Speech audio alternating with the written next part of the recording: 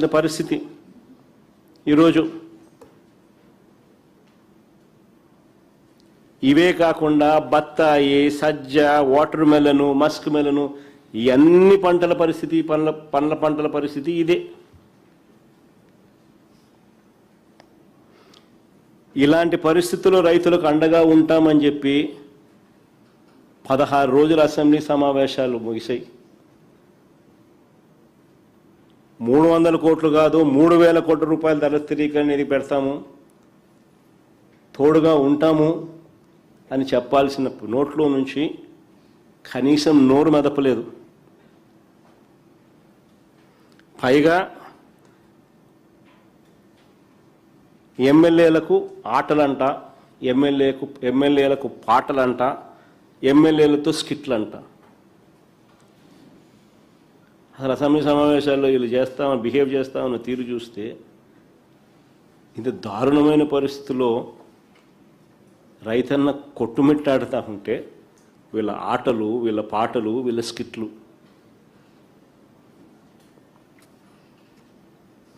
వీళ్ళ కాలక్షేపం. నిజంగా మరోపక్క వ్యవసాయ రంగంలో ఎంత సంక్షోభం నెలకొని ఉందనంటే వందలాది మంది రైతు కూలీలు ఆత్మహత్యలు చేసుకుంటా ఉన్నారు. ఈ ప్రభుత్వ లెక్కల ప్రకారమే, నా లెక్కల ప్రకారం కాదు, ఈ ప్రభుత్వ లెక్కల ప్రకారమే 2025లో ఆత్మహత్య చేసుకున్న 393 మంది రైతు కుటుంబాలకు, 2472 మంది రైతు కూలీల కుటుంబాలకు వారికి పరిహారం ఎప్పుడు ఇస్తారన్నది కనీసం ఒక్క మాట కూడా చెప్పలేదు అసెంబ్లీలో.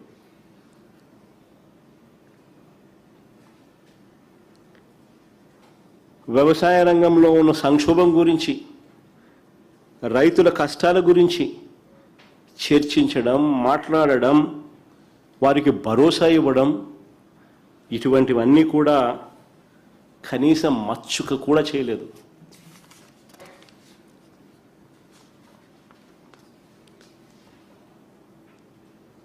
పిల్లలు పరీక్షలు రాస్తా ఉన్నారు, ఫీజు రీయింబర్స్మెంటు,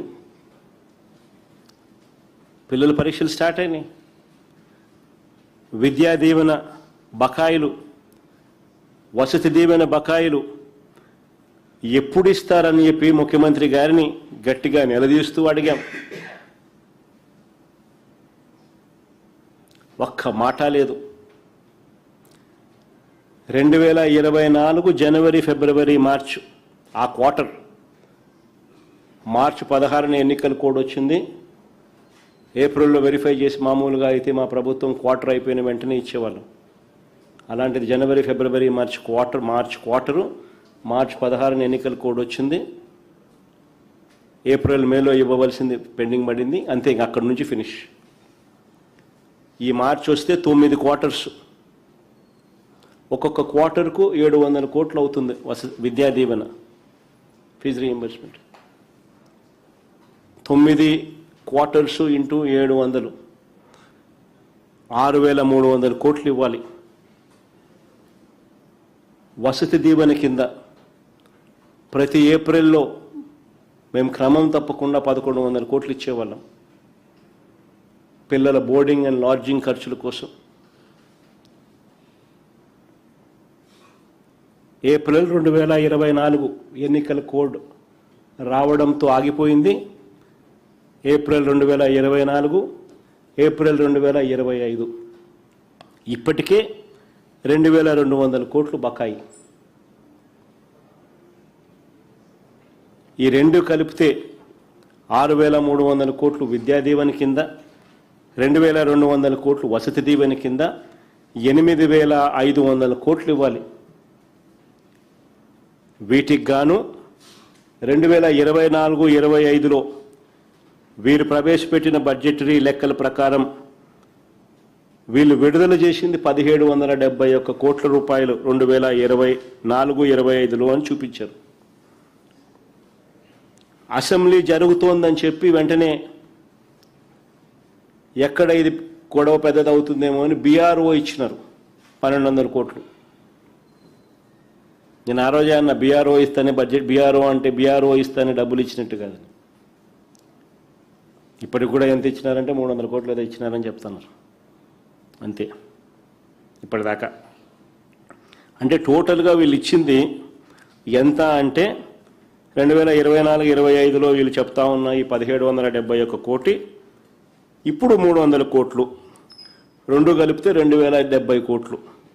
అంటే 8500 కోట్లు మైనస్ 2071, అంటే 6428 కోట్లు బాకీ ఇప్పటికే. ఈ 2 ఏళ్లకే, ఈ మార్చి నాటికే ఈ 6428 కోట్లు కాక, ఈ సంవత్సరం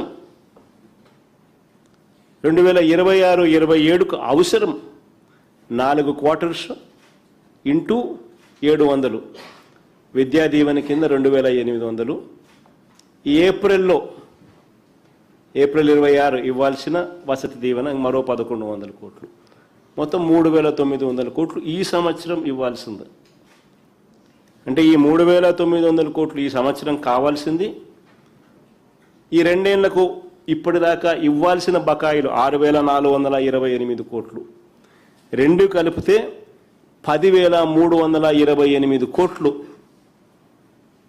కావాల్సి వస్తే ఈయన కేటాయింపు చేసింది కేవలం 2766 కోట్లు.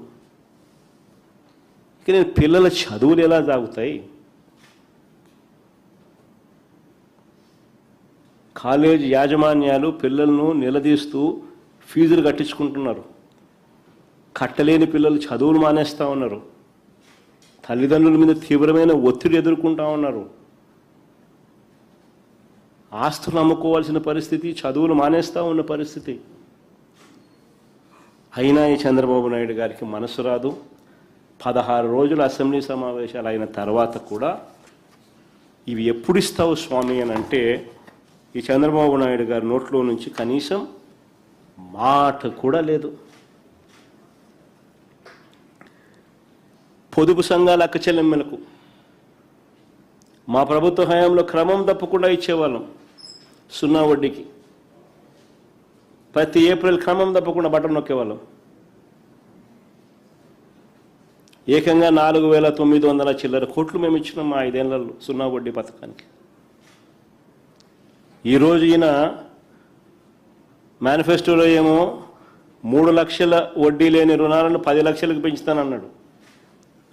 పెంచడం కదా దేవుడు ఎరుగు స్వామి. మా హయాంలో ఇచ్చేది కూడా ఎగరగొట్టేసినాం, అది కూడా రావడం లేదు. ఇవ్వాల్సింది ఎగరగొట్టిన 0 వడ్డీ.